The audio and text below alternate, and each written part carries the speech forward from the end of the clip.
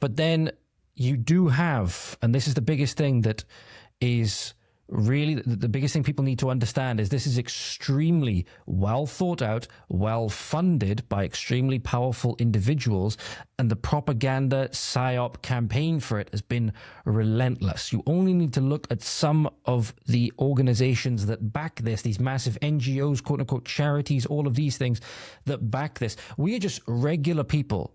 Right, we're just regular people with no other backing than what we get ourselves. You know, money we get from work, all of these things, family savings that the government obviously wants to get into and steal from us, that we use to support ourselves. Right, from having broken our backs, or from previous generations having broken their backs to provide for their families and make our communities the great communities that they, I say, are, once were and can be again. Right, but we are going up against unions. We are going up against quote unquote charities. We are going up against very, very well-funded, well-coordinated bodies. And you only need to look at some of the protesters at these events to see that. So this was from Epping, the protest in Epping recently. And this is the image that I wanted to show you. I want you to have a look at this banner. So this banner, ladies and gentlemen, is the Stop the Far Right, Stand Up to Racism. It's the Stand Up to Racism crowd. So they have this big, long yellow banner. Makes you think, where do they get the money for this, right? Where do they get the money for this?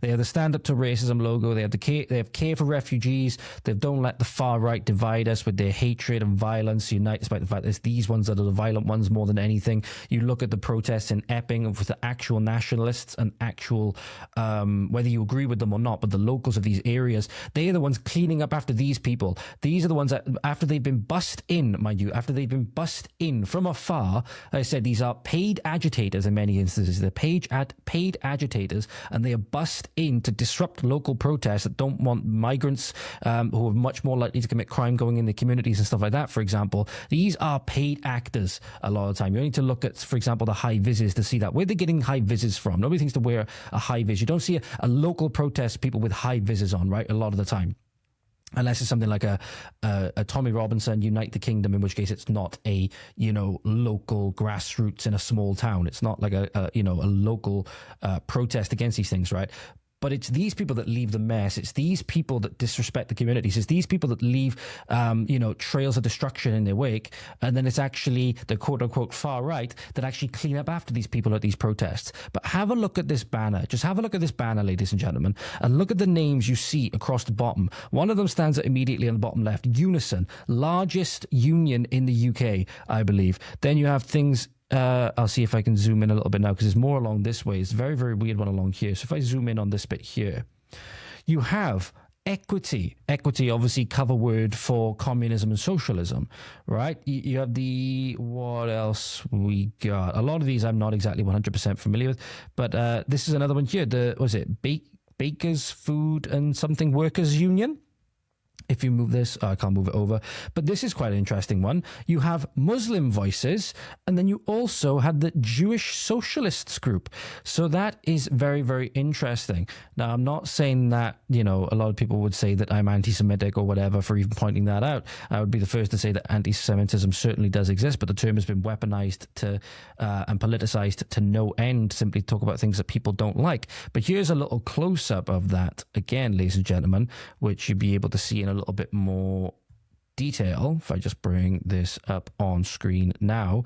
So you can actually see here that Muslim Voices and Jewish Socialists group. So typically you think, and Care for Calais is obviously another one. Care for Calais is obviously another big one that's ferrying the people over from fucking Calais when we are paying the French government to the tune of, I believe, is tens of millions of pounds or more to keep these people in France, to not send them over. But Macron, obviously just as evil as Keir Starmer, maybe even more so, is taking that money from us, mind you. It's public money. It's money that's been stolen from us by the government, given to France, and he's actually not doing the thing that he's supposed to do with it, right?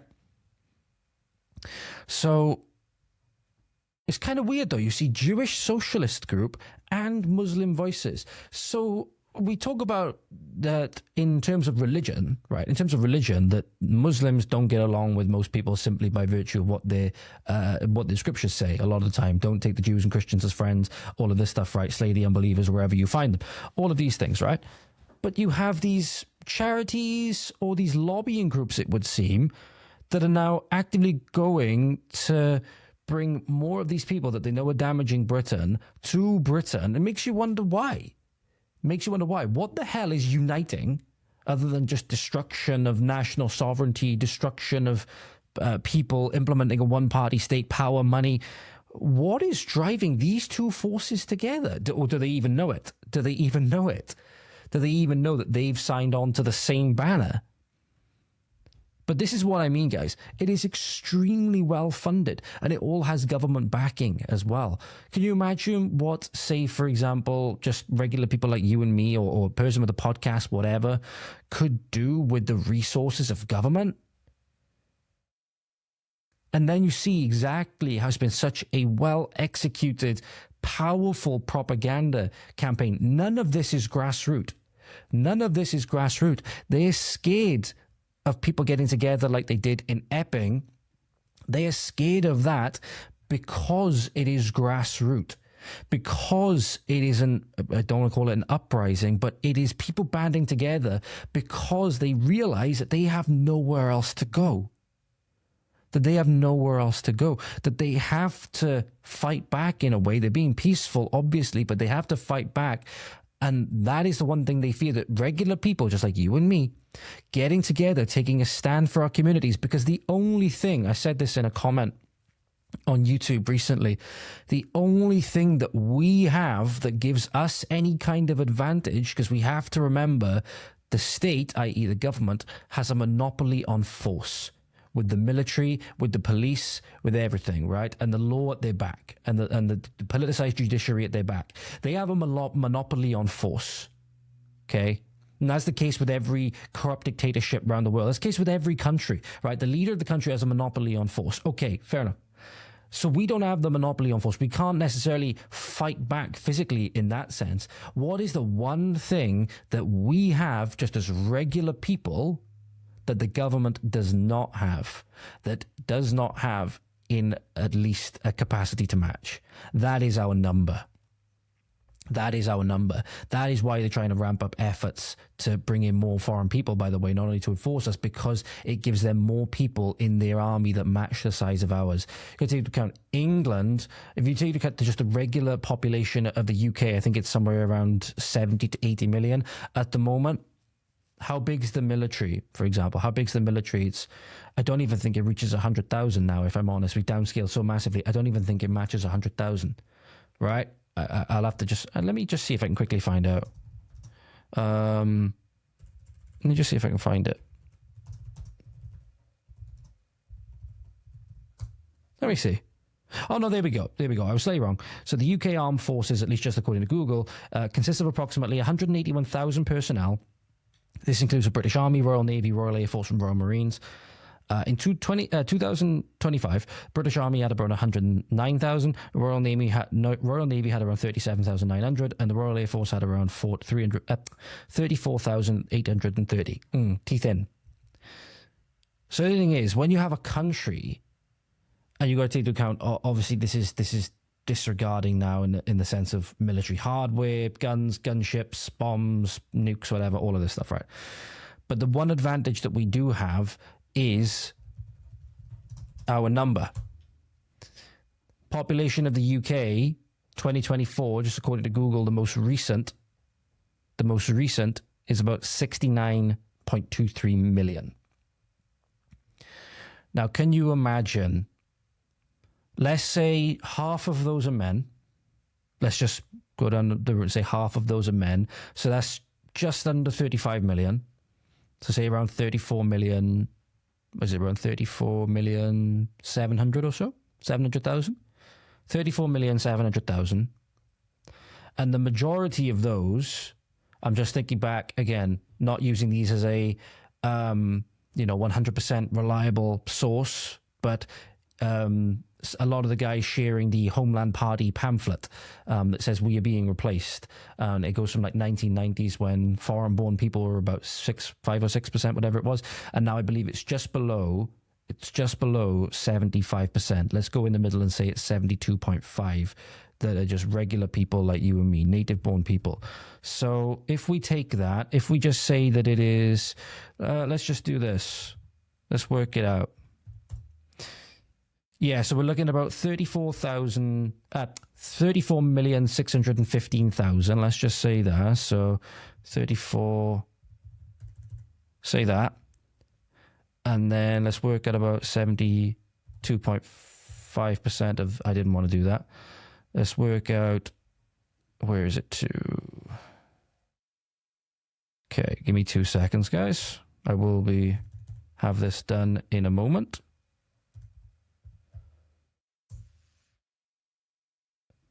There we are. So that is still nearly 26 million people if we say that there are 75% of those men, just those men to the left, are just native born, wanted to fight for their own, you know, they could fight for their own country or whatever, that would be used to fight for their own country. That is, if I just quickly do this, still about 143 times the size of the military. That's to put it in perspective for you. That's why the politicians fear it. What's the one advantage and I don't mean to compare us to mindless zombies, right? What's the one advantage that zombies have when it comes to, look at World War Z, for example. World War Z is a tremendous example. That the one advantage that the zombies have, not only is just the fact that they're stupid fast, right? Is their number. You see them climbing up on top of each other to get, or making this massive zombie wave, right? This massive zombie tidal wave. I get it, it's a movie. But that's the point. That's the point. That's the force that can happen when people are united in that kind of number and come together. It is a tidal wave that is unstoppable. That is what the politicians fear. That is why they have to keep us divided on all of these different lines. On the lines of gender, on the lines of sex. They had to break up the family with feminism because, you know, families all banding together. You can't have a community banding together without families. Right? That they had to get rid of God. They had to do all of these things to keep people divided. That's ultimately what the devil wants. The devil wants everybody to be divided. Divided amongst themselves, but united against God, so to speak. But what's going on now, and that's why they're so scared of more and more people realizing, that's why they want to bring all of this censorship apparatus in, they want to bring all of this, you know, security state in to make people scared to unite and come together. But that is what it's going to take. That's the only thing that makes the establishment fear. Because the establishment doesn't have to fear, you know, anything to do with force at the moment, because they can just get the military in or they can just get the police in and they can deal with it. Because they have the monopoly on that. We don't have guns. And we try to do anything.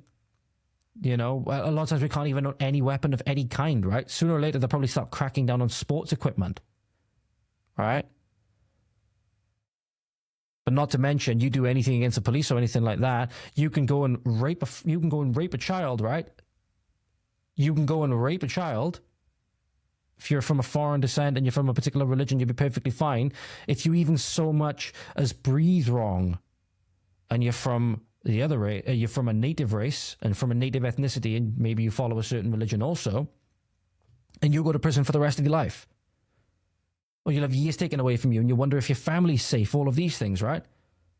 Imagine the terror that Lucy Connolly's been feeling, not being able to see her family, not wondering if they're safe and all of these things, wondering what could be coming down the pipeline and she's not there to help deal with it.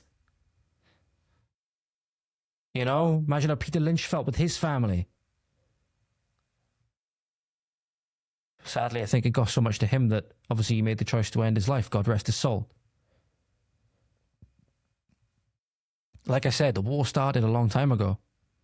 The point to remember is that your government isn't going to come and save you. Nobody's going to come and save you. It's going to be on us to save us.